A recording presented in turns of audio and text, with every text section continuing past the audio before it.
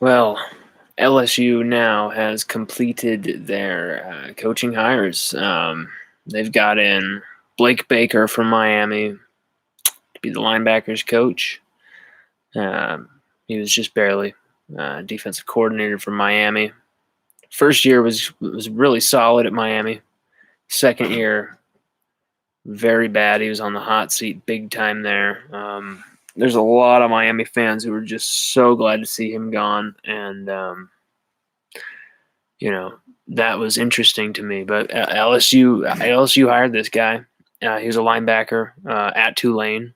He's lived in Louisiana. He's played football here. He knows Louisiana. So I feel comfortable in the Blake Baker hire. That's one I'm fine with. I'm not sure too much about his personal life, things like that. I'm not, it's not like I've had a private investigator crew running a search on Blake Baker, but from what I can tell, he seems like a good hire for LSU. He seemed like the guy that Orgeron wanted for that spot. Travis Williams was way high up on that list as well, but the reason LSU picked Blake Baker was because of his additional coordinator experience to help Durante as well. They wanted as much coordinator experience on that sideline as possible. That made the difference here. Contract, it's going to be interesting. I think it'll kind of shock a few LSU fans, but we'll keep those details mum for right now because that's something we can't report just until we can confirm one last thing.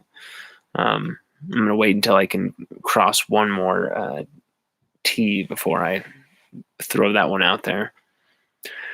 But then D-line, Andre Carter from the Jets. He just barely interviewed with the Bengals 2 weeks ago.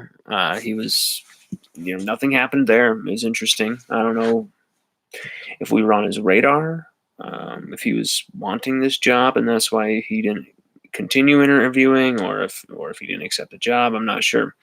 Andre Carter, he has, for all intents and purposes, accepted the D-line position. We reported, I think, a few days ago that he was going to be a candidate. I think this is Friday or Saturday, or no, what time? What day is it now? Now it's Thursday. Yeah, this must have been like Saturday night, Sunday, when it was like Andre Carter's going to be a D-line candidate now that Durante Jones is in there. And we were reporting that Andre Carter was going to be high on Orgeron's list because that's the first thing that our source said right out of his mouth was, this Andre Carter's going to be high on the list. But not only that, he's somebody Orgeron really, really wants. Like, he's the guy for Coach O. And we wrote that in our article about the candidates. LSU Odyssey subscribers know, they knew that way ahead of time that Andre Carter was going to be the guy to beat for that job. We've made the article now free for anybody to read for the next 48 hours here, so they can kind of get to know maybe some of those candidates or some of the hires, I should say now, because some of those guys some of their biographical information was posted up there. But LSU Odyssey is gonna be going with their own with our own piece about the coordinators, about the hires at the linebacker position, at the D-line position. We did something about Durante Jones, 5 reasons why we believed he was the right man for the job. That well-received article, I think it achieved exactly what we wanted, people to kind of get to know him a bit more, but not just get to know maybe his background, personality. We're going to dive more into that. But I wanted fans to kind of immediately kind of settle down. There's a lot of negative talk about this guy's not the right hire. I disagree. I think he's the right guy for the job, and I kind of wanted to say why. And there's a lot of recruits who came to me as well and said that article made a difference in them still believing in LSU, still, being interested in Durante. And then there's some other stuff that I'm sure only helped reinforce that for them as well, because there was a lot of positive play for Durante Jones in the media. There's a lot of negativity, of course, skepticism over his lack of being a coordinator before. But I don't think that's going to matter. And I think it's a really smart move to hire Blake Baker as the linebackers coach. I've heard that there might be some attached responsibilities to that position for him. Not co-defensive coordinator. I haven't heard anything like that. It's just linebackers coach. But there may be added responsibilities that would entail him basically, polishing, helping out Durante Jones as he tries to solidify his defense. Blake Baker's going to be a very interesting hire. I think he knows Louisiana. I mean, the guy went to school here at Tulane. I mean, and he's played the linebacker position. He entered the coaching profession, coaching receivers. But as these coaches do, they seem to find their way back full circle to their original position. And Coach O, he likes his Miami guys, and he was on the hot seat at Miami. I'm not going to sugarcoat it. They wanted this guy's ass out. But, another man's garbage is another man's treasure, because I think Blake Baker at LSU is going to be fantastic. I think everything's set up for him to be really good here. But here's the thing. He's going to have the toughest job of the coordinators. I mean, of the position hires or the coordinator or the new jobs or the new hires. Obviously, Durante Jones is going to have a tough job. Never mind. He'll have the second toughest, I'll say. Blake Baker will have the second toughest job because those linebackers are suspect. He's got to go through, he's got to get deep into the weeds there and kind of find out who is going to be the starting linebackers for LSU. Who's going to be able to play in those three-man fronts only? Who's going to be, those three-man linebacker sets? Who's going to be able to play in the four-man sets? Who is susceptible in coverage at the linebacker position?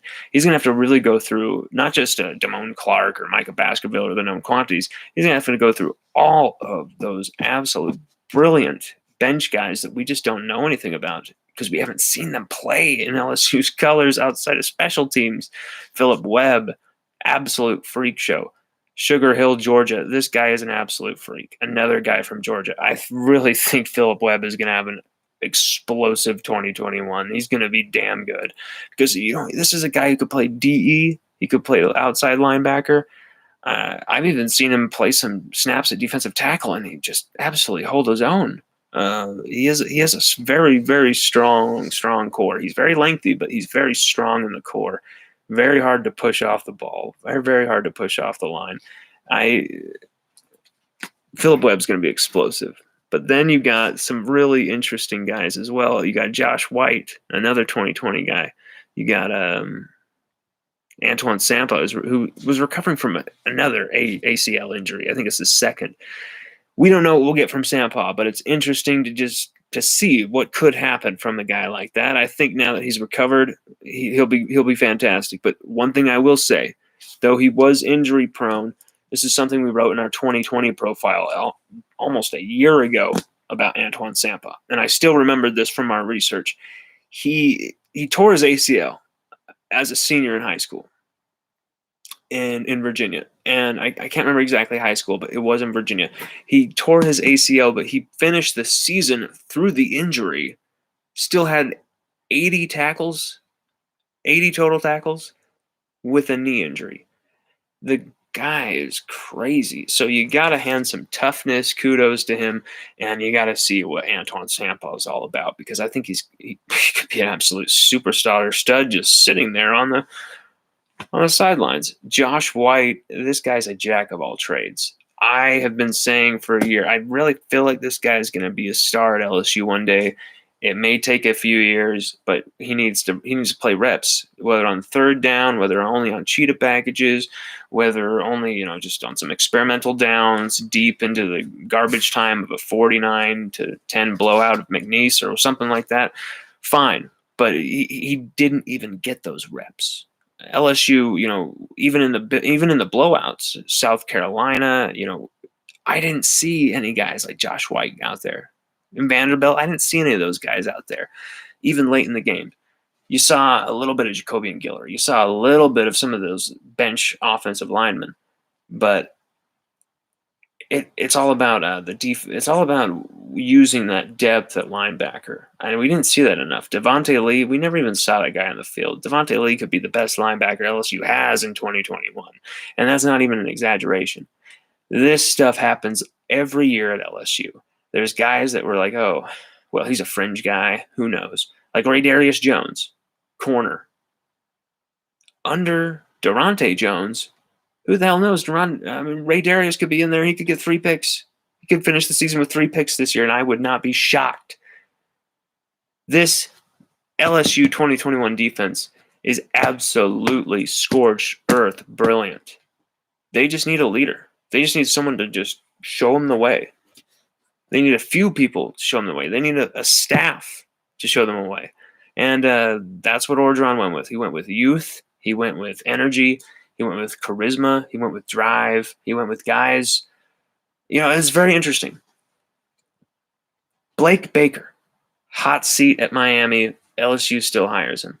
Jake Peets, no one even barely knew the guy from Carolina. And if you say, oh, I knew so much about Jake Peets at Carolina, I did so much studying on his time, unless you can show me the articles that you wrote at the time, you're a liar. Okay? Nobody knew Jake Peets that well. Nobody knew who Jake Peets was. I venture to say 97%, 90% of the footballing world did not know who he was. And DJ Mangus as well. LSU fans knew who Mangus was through Brady. But then Durante Jones as well. That's another guy who everyone was saying, oh, yeah, he was okay here and there, knows Dave Aranda, knows Mickey Joseph, knows Vance Joseph. But he was never a coordinator, doesn't have the experience.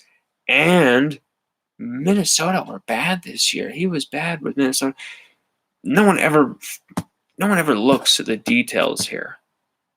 Because if you look at it on the outside, it looks like Orgeron's made some pretty very risky hires. He's hired a guy who's on the absolute hot seat after only a single year as a coordinator, and now he's going to be a linebackers coach, Blake Baker from Miami, someone who's basically just Miami were doing anything they could to get rid of this guy. And then you got Durante Jones, who when he was announced as DC, I think half of the LSU community were like, not only who is this guy, but no, their worst nightmares were coming true. No, Orgeron, he's not hiring some name that I recognize, so he must be a bad coach. He must not be good. And then, when it came down with Andre Carter, there was a lot of excitement there. There's a lot of excitement because he was a name. LSU fans had seen him play football. I grew up watching this guy destroy people. So I was like pumped when Andre Carter was announced. And then when one of our sources said that Andre Carter was number 1 on Orgeron's list, it was like, this is beautiful. This is great. But for names like Durante Jones and Blake Baker and Jake Peets, DJ Mangus, the outside world of outside LSU they're just going to be like these are some horrible hires by Coach O. He just went couldn't get this guy, couldn't get this guy, couldn't get this guy, couldn't get this guy. So I'll just get this guy very quickly. That's the narrative that will be told. These were rushed hires after so much time, so much failure. These are hires that are just waiting to be disasters for LSU. LSU are a one-year wonder. But I disagree completely. I think these are the perfect hires for LSU, and I'm going to tell you why. This isn't a time for names at LSU. This isn't a time for, the coaching staff to be the stars. This is the time for our coaching staff to coach football, to lead the actual stars, our players, into battle against top premier SEC competition week in, week out. Make sure that 2020 never happens again. That was an absolute embarrassment. If Durante Jones' first action isn't to walk into that film room and force every one of those defenders to watch that film again, whether they've seen it 1,000 times or not, they haven't watched it with this cat. Durante, make those guys watch that footage again. It'll make them better players. I would not be shocked to hear if he doesn't do that. This guy, he has presence. He has charisma, but more than that, he's a great teacher of the game. He's a great student of the game. He's a sponge. He loves to learn. He loves to grow as a coach. Mike Zimmer just speaks the world of this guy. Mickey Joseph, Vance Joseph, Dave Aranda, the list goes on. Is it a gamble? Yes. Anytime you hire a coordinator who's never called a defensive play call, that's a risk. That will be a risk. But he was a co-DC at Bowie State, and every time he was a co-DC there, they ranked third nationally. So here's the thing. Maybe this guy just hasn't been given a chance at the NFL level. Maybe he just hasn't been given a chance at the collegiate level. We will see. But I believe that Durante Jones, on the outside, with this talented defense, I think the playmakers on this team will mask any deficiencies Durante Jones has. But I think the Blake Baker hire, almost as like an auxiliary co-DC, I think that's a fantastic move by Coach O. I think it shows some fantastic new, because he's like, I gotta make sure that we give Durante some insurance here, as much experience as possible. And Andre Carter, that's another guy who's just going to be full of experience, number one, not only as a player, but also as a coach in the NFL as well. But this guy, I think he's going to light it up with this defensive line. This defensive line will be, as I've said it before, the number one defensive line in America for 2021. You heard it here first, and I will continue to say it. This defensive line are absolutely venomous, powerful, insane, hell-bent for leather, beyond Thunderdome brilliant. And I expect Andre Carter to really even raise that level. You're going to see B.J. Ojulari rushing for the passer as if his life depends on it. You will not see a single loaf from these guys, not under Andre Carter. I know what this guy does. I know the type of pain he deals in practices. I went through all the film. I went through all the stuff. I've seen it. This guy is a mercenary on the practice field, but that's what LSU football needs right now. We need to be sharp. We need to sharpen those irons, because here's the thing. Alabama aren't stopping. Okay. Texas A&M, they're getting better recruits, especially on defenses, which is where they needed to improve. They've lost a ton of guys, A&M, so it's a year that LSU should be solidifying their place in the SEC West. Auburn, under the first coach, Brian Harsin, I believe his name is. That's another team that LSU should be better than this year. Arkansas, that's another team LSU should be beating this year. They lost a ton of talent. Still have Sam Pittman, great coach. Still got Barry Odom on defense, but they've lost a ton of talent as well. Florida lost a ton of people.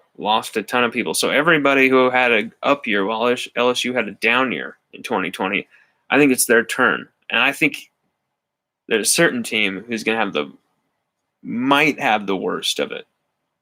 Alabama. No joke. They're losing so much talent all over the field. Yes, Bryce Young from Mater Dei High, teammate of Race John Davis, teammate and friend of Eli Ricks. Bryce Young, super free quarterback. But here's the thing. Even though they've got a bunch of great offensive linemen, freshmen coming in, those guys aren't ready. Not against LSU's defensive line. Because LSU's defensive line have that mix of freshmen, upperclassmen, and those seniors who are returning. So I think Alabama's offensive line are going to be inexperienced, out of their depth, and overwhelmed in that LSU-Alabama matchup on November 6th in Tuscaloosa. I think LSU's defensive line swallows them whole. Whether we beat Alabama or not, we're going to sack the hell out of Bryce Young in that game. We're gonna mess the dude up. I'm just going to tell you right now. Pencil Ojulari for 2 sacks. Pencil Guy for at least 2 pass deflections, maybe a forced fumble and a sack and a half. These guys are coming. And this defensive line under Andre Carter are going to be unbelievable because Coach O is going to drive that train as well. You know that Christian Locketor is going to be driving that train as well. So you got Laka. Okay, you got who else did we get on as an analyst? We got Manny Michel. We got Benny. Who else? Yeah, we got Benny Logan. Christian Locketor now, GA. Manny Michel, analyst as well. And then you got Andre Carter, Coach O. I mean, that's a feverish, madcap, just unbelievably brutal defensive line staff and complementary personnel right there. That defensive line is the number one in America 2021 defensive line. Saying it right here. As far as the corners, as far as the safeties, the DBs, that's going to be Durante and Corey Raymond having to work out a new type of language, one that was better than what Raymond and Bush were able to supply. I mean, here's the thing, though. I can't say that Bill Bush and Corey Raymond didn't have something good together because they won a national championship. And that defense, that secondary, picked off a ton of passes. Stingley had 6. Fulton, I believe, had 1 or 2. Kerry Vincent had 5. Maybe 4, I believe it was. Jacoby Stevens at 3. So, these guys, they picked off a ton of passes. So Bush, he did his thing, but Durante Jones is going to be running the safeties. That's Coach O's, from Coach O's mouth. Durante Jones will be running the safeties. So you're going to see improved safety play. You're going to see more focused play because here's the thing. We're going to run a 4-5-2. It just Pelini was wrong. He's just completely wrong scheme-wise. Just naive going into these games against these high-octane passing offenses. That's not going to happen under Durante Jones. If there's anything he knows, it's how to defend the pass. 7 passing touchdowns allowed in 2015 in the entire season for the Wisconsin Badgers DBs, a unit he led. If he had stayed on, he would have played LSU, actually, in his first game in 2016, but he left, went to Miami, and Jim Leonard took over that job and did a hell of a job against LSU and Brandon Harris in that first game of the 2016 season. But yeah, the outsiders are going to say that these are bad hires, that these are the wrong guys. But, when I look at every one of them, Blake Baker, hot seat at Miami. People questioning Durante Jones, whether he's the right guy. He was bad at Minnesota, even though half of his roster was completely injured. And then you got, Andre Carter. Maybe there's going to be questions there from some people about him. Who knows? What I see here, even about Jake Peets and DJ Mangus on the offensive side of the ball as well.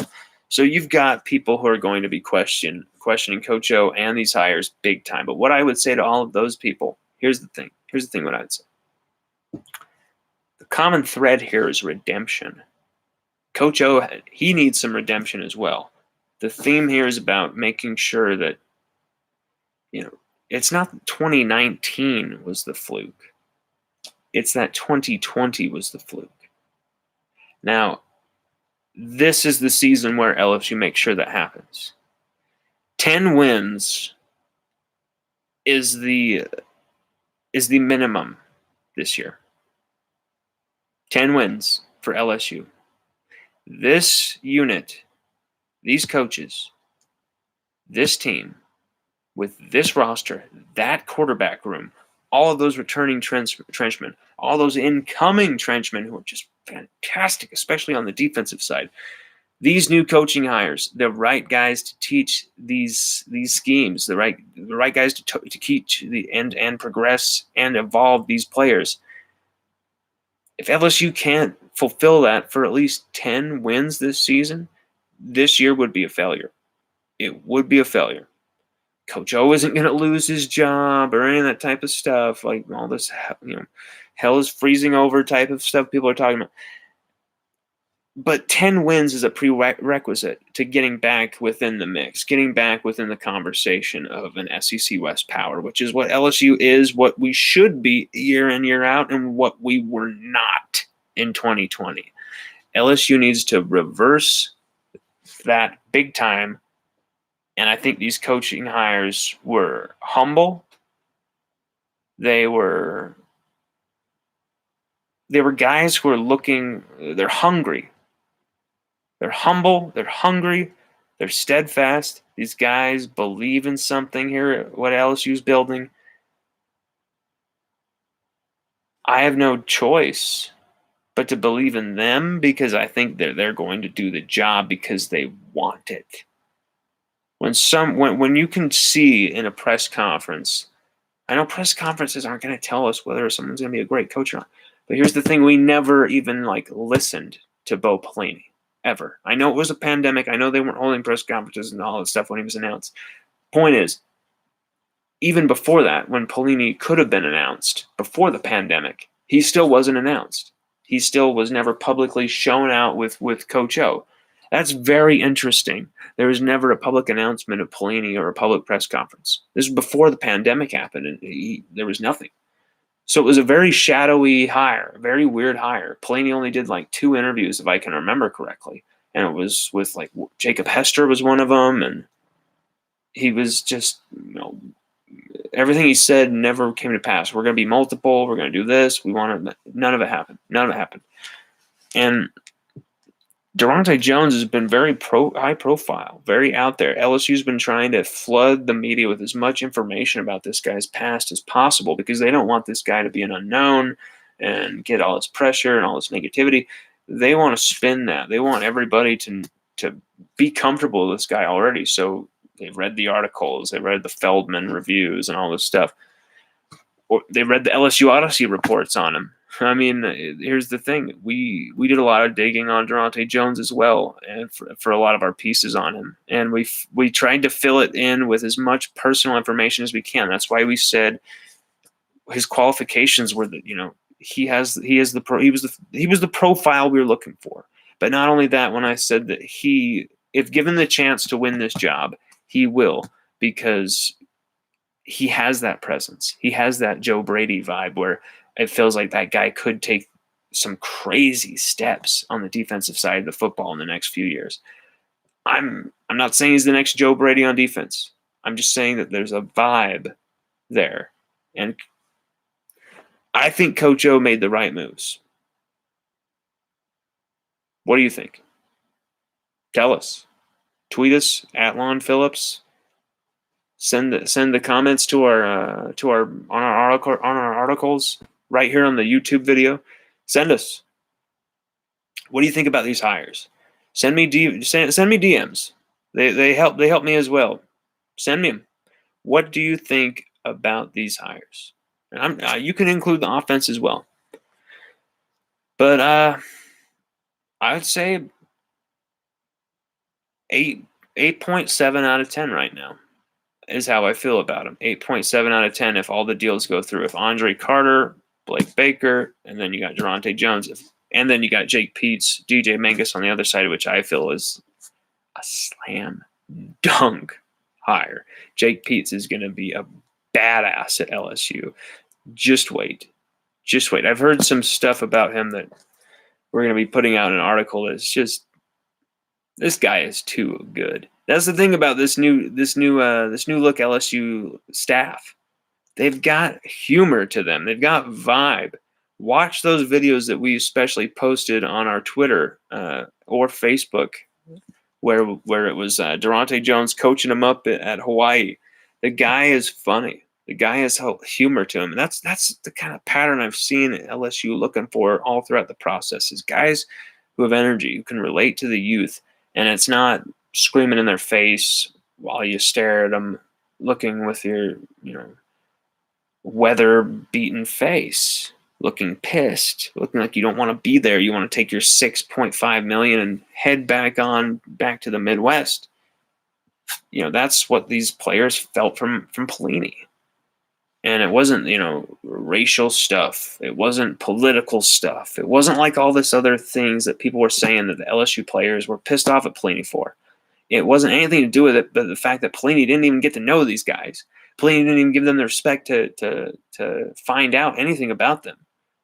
But that is the first thing Jake Peets and Durante Jones and these guys that's what they followed is, well, this isn't even about football right now. This is about getting to know these people. It's about trust. It's about, these are my players now. They can come over to my home whenever they feel like it. Like, they can call my phone whenever they need to. These are the type of weeks, the type of game, the type of practices, the type of game film classroom sessions where championships are actually won. At least the establishments of it. This is where that trust is built. And I think LSU made the right hires. I think Coach Orgeron, he hasn't always gotten the best hires right. Matt Canada, Bo Pelini. But you can also say Coach Orgeron has gotten the right hires. He's missed a few, but damn, he's nailed a bunch more than he's missed. He's nailed them, and it's helped LSU not only win a championship, helped LSU build a great program that for the last 5 years is just, and we're not stopping. 2021 is going to be a fantastic year for LSU. 2021 is going to be a year of rebirth, growth. There's going to be things that just totally blow our minds, I believe, in 2021. Plays that we couldn't even imagine Joe Burrow or any of those guys making, because it's going to be a completely different team. It's going to be a completely different flavor from 2019, because now we've had that distance from 2019, and we have had 2020 as a buffer. So now you got 2019 with that greatest of all time team, and then you had the disappointment of 2020 to bring us all back down to earth.